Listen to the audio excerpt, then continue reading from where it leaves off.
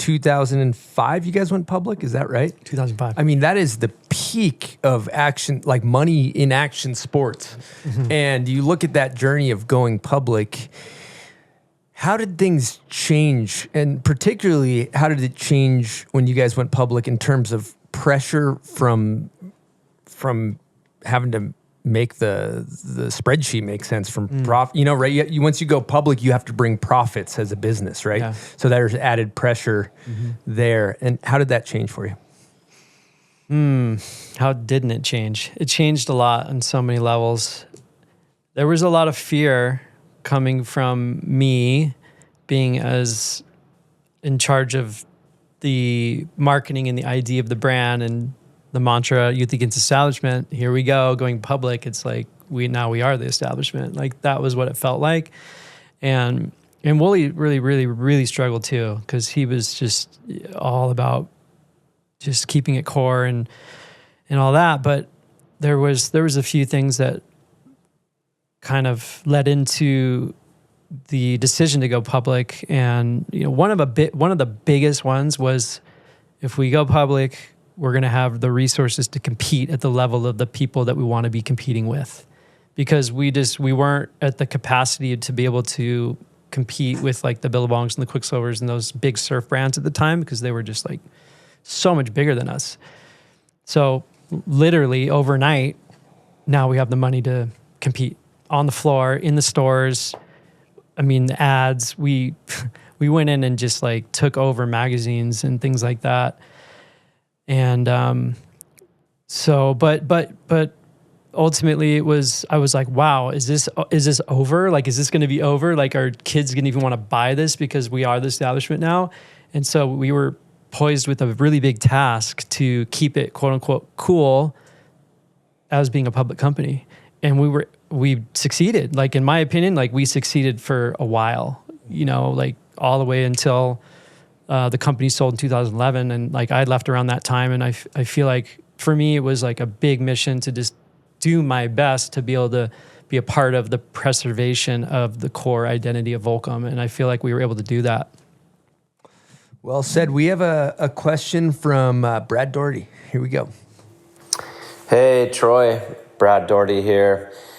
Yeah, man, I was just wondering if there was ever a time that you wanted to quit, and if so, what drove you to that point, and what changed your mind? Yeah, I think that's a great question. It's perfectly timed with where we're at in this conversation, because yeah, after those few years after we went public and just really paying attention to like preserve the brand, there came a time where I was like, okay, I feel like we're kind of there now. Like I feel like we're doing it, and it feels good in that regard. And at the same time, I was really struggling with just being a manager, and I had a big team at that point, incredible team. And there was also just a lot of things going on internally with just anybody. Any company is going to feel it. You know, everybody's showing up with different things in their lives that they'll bring it to work, and then it'll show up in work. So a lot of the time I would be the person everybody would come to just like talk about whatever, you know, and I became a coach then, and even before that, like with what I'm doing now. So but in that capacity, creativity was so important to me, and I just was not feeling creative at all. I was just like dealing with kind of other people's problems essentially. And so around 2009-ish, I remember about 2008, 2009, kind of when things were starting to get a little bit better after, the whole world took a shit with all the financial stuff that went down. But that was where I was like, man, I don't know if I can do this anymore at this level. But there was still a part of me that needed to get things a little bit more solid foundationally within my department, at least, to where I was like, okay, now I feel like I can walk away and I have a team in place that I feel so good about. And so then I went for another probably almost 2 years after that, where I was like checked out, but I was there still. So yeah, that's the truth in that one. And just to give a little context to Brad, he was your number one in running the surf department. Yeah.